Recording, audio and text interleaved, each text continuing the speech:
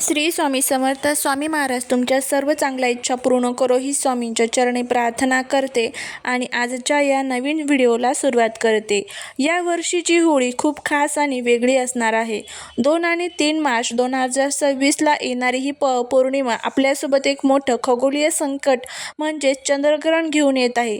या काळात नेमकी वेळ काय असेल, ग्रहणाचा तुमच्या घरावर काय परिणाम होईल आणि होळी नक्की कधी साजरी करायची, या सर्व प्रश्नांची उत्तरे आजच्या या व्हिडिओमध्ये आपण पाहणार आहोत. त्यामुळे व्हिडिओ हा स्किप न करता शेवटपर्यंत नक्की पहा. जर तुम्ही चॅनलवरती नवीन असाल तर चॅनलला सबस्क्राईब करा आणि असेच माहितीपूर्ण नवनवीन व्हिडिओ पाहण्यासाठी बेल आयकॉनलाही प्रेस करा, म्हणजे जेव्हा कधी मी नवीन व्हिडिओ अपलोड करेल त्याचं नोटिफिकेशन सर्वात अगोदर तुम्हाला भेटेल आणि तुम्ही एक पण व्हिडिओ मिस करणार नाही. आपल्या हिंदू पंचांगानुसार फाल्गुन महिन्यातील पौर्णिमेला आपण होळी साजरी करतो. 2026मध्ये पौर्णिमेची तिथी 2 दिवसात विभागली गेलेली आहे.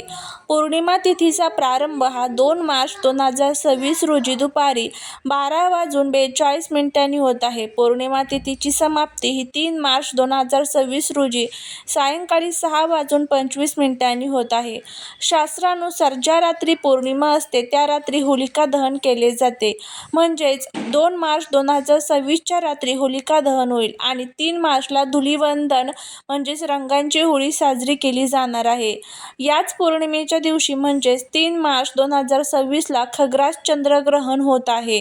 ग्रहणाची वेळ हे ग्रहण भारतीय वेळेनुसार दुपारी साधारणपणे 12:42 सुरू होईल आणि सायंकाळी 6:25 संपेल. भारतात दिसणार का? होय, 3 मार्च रोजी जेव्हा चंद्रोदय होईल तेव्हा ते ग्रहण भारताच्या काही भागात दिसण्याची शक्यता आहे. सूतक काळ जर ग्रहण दिसणार असेल तर त्याचे सूतक 9 तास आधी सुरू होतात. त्यामुळे या काळात देवाचे नाव घेणे आणि मंत्रोच्चार करणे अत्यंत फलदायी ठरते. होळीच्या दिवशी चंद्रग्रहण असल्याने काही गोष्टींची काळजी घेणे गरजेचे आहे. ग्रहणाच्या काळात म्हणजेच दुपारी 12 ते संध्याकाळी 6:30 शक्यतो जेवण टाळावे.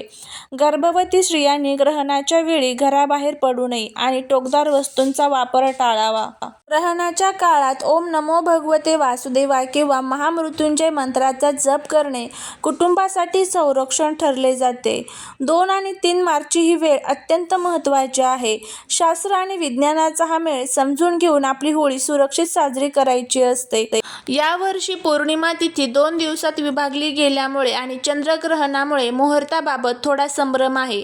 परंतु शास्त्रानुसार खालील काही वेळा पाळणे योग्य ठरेल. होळी पेटवण्याची तारीख ही 2 मार्च वार सोमवार असणार आहे. होलिका दहनाचा शुभ मुहूर्त हा 2 मार्च रोजी संध्याकाळी 6:19 पासून ते रात्री 8:30 च्या दरम्यान असणार आहे.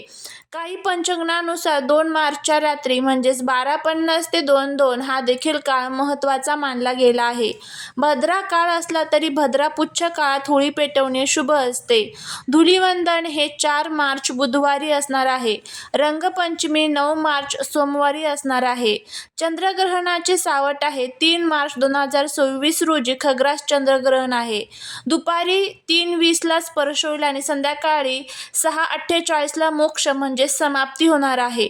भारतात हे ग्रहण दिसणार असल्यामुळे सकाळी 9:39 पासून सूतक काळ पाळावा लागेल. यामुळेच 3 मार्चला रंग खेळणे शास्त्रानुसार टाळले जात असून 4 मार्चला धुलिवंदन साजरे केले जाईल. होळीच्या ठिकाणी शेणाचे गौर्या, सुकी लाकडे आणि मधोमध एरंड्याचे झाड किंवा ऊस ठेवावा. होळीला नैवेद्य म्हणून पुरणपोळी अर्पण करावी. होळीभोवती 5 किंवा 7 वेळा प्रदक्षिणा घालून आपल्यातील वाईट विचार आणि नकारात्मकता या अग्नीत जाळून जावेत अशी प्रार्थना करावी. ही कथा आपल्याकडे आहे की भक्त प्रल्हाद आणि होलिका कशा प्रकारे देवाची भक्ती करणाऱ्या प्रल्हादाला वाचवण्यासाठी भगवान विष्णूने नृसिंह अवतार घेतला आणि अग्नीचे वरदान असूनही दृष्ट होलिका जळून खाक झाली. हा सण वाईटावर चांगल्याचा विजय आहे. होळी पेटवणे हे केवळ लाकडे जाळणे नसून ते नकारात्मकतेचे दहन करण्याचे प्रतीक आहे. शास्त्रानुसार होळी पेटवताना काही चुका टाळल्या नाही तर घरात अशांती आणि आर्थिक नुकसान होऊ शकते. त्याचबद्दलची आता आपण माहिती घेऊया. होळी पेटवताना टाळायच्या 5 मोठ्या चुका.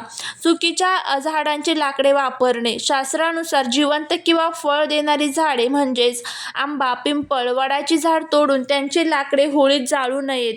काय वापरावे? केवळ वाळलेली लाकडे, एरंडाचे झाड किंवा प्रामुख्याने शेणाच्या गोवऱ्या वापराव्यात. गोवऱ्या जाळल्याने वातावरण शुद्ध होते. भद्रा काळात होळी पेटवणे अत्यंत अशुभ मानले जाते. यामुळे कुटुंबावर संकट येऊ शकते आणि सामाजिक अशांती पसरू शकते. 2026 मध्ये 2 मार्चला भद्रा पुच्छ किंवा शुभ मुहूर्तावरच संध्याकाळी 6:19 नंतर होळी पेटवावी. होळी हा एक पवित्र अग्नी आहे. लोक अनेकदा त्यात प्लास्टिक, त्याचबरोबर रबर किंवा घरातील कचरा टाकतात. हे शास्त्रोक्त दृष्टीने चुकीचे आहे आणि यामुळे वायू प्रदूषणही होते. अग्नीला पवित्र मानून त्यात केवळ तूप, अक्षता, खोबरे आणि पुरणपोळीचा नैवेद्य अर्पण करावा. होळी पेटवताना तुमचे तोंड पूर्व किंवा उत्तर दिशेला असावे. दक्षिण दिशेला तोंड करून पूजा करणे किंवा अग्नी पेटवणे अशुभ मानले जाते. होळी ही एकट्याने पेटवण्याची गोष्ट नाही. कुटुंबातील सर्व सदस्यांनी एकत्र येऊन प्रदक्षिणा घालणे आवश्यक आहे. जर घरातील कर्त्या पुरुषाने किंवा स्त्रीने प्रदक्षिणा घातली नाही तर पूजेचे पूर्ण फळ मिळत नाही. ग्रहणाच्या सूतक काळात किंवा ग्रहण काळात शुभ कार्य किंवा अग्नी प्रज्वलित करणे टाळावे. 30 मार्चला सकाळी 9:39 पासून ग्रहणाचे सूतक सुरू होईल. या वेळेमध्ये जर घरात अन्न साठवलेले असेल तर त्यात तुळशीचे पान टाकून ठेवावे, जेणेकरून अन्नावर ग्रहणाचा नकारात्मक परिणाम होणार नाही. चंद्र हा मनाचा कारक आणि पांढऱ्या रंगाचा प्रतीक आहे. ग्रहणाच्या दिवशी कोणालाही दूध, दही, तांदूळ किंवा पांढरे कापड दान करू नका. तसेच स्वतः देखील पांढऱ्या रंगाचे पदार्थ खाणे टाळा, कारण यामुळे मानसिक तणाव वाढू शकतो. होळीच्या आनंदात गर्भवती महिलांनी विसरू नये. ग्रहणाच्या वेळी 3 मार्च दुपारी 12 ते संध्याकाळी 7 पर्यंत घराबाहेर पडू नये. तसेच त्यांनी सुई, कात्री किंवा चाकू यासारख्या धारदार वस्तूंचा वापर करू नये. धार्मिक दृष्टिकोनातून ग्रहण पाहणे अशुभ मानले जाते आणि विज्ञानाच्या दृष्टीने ते डोळ्यांसाठी घातक ठरू शकते. यामुळे होळीच्या दिवशी चुकूनही चंद्राकडे टक लावून पाहू नका. त्याचबरोबर आता आपण बघूया की यंदा होळीच्या शुभ मुहूर्तावर काही पारंपरिक आणि शुभ वस्तू घरी आणल्यास घरात सकारात्मक ऊर्जा, लक्ष्मीचा वास आणि भरभराट वाढते असे आपल्या शास्त्रात सांगितलेले आहे. तर त्यापैकी कोणतीही एक वस्तू जी आहे तर ती तुम्ही घरी आणू शकता.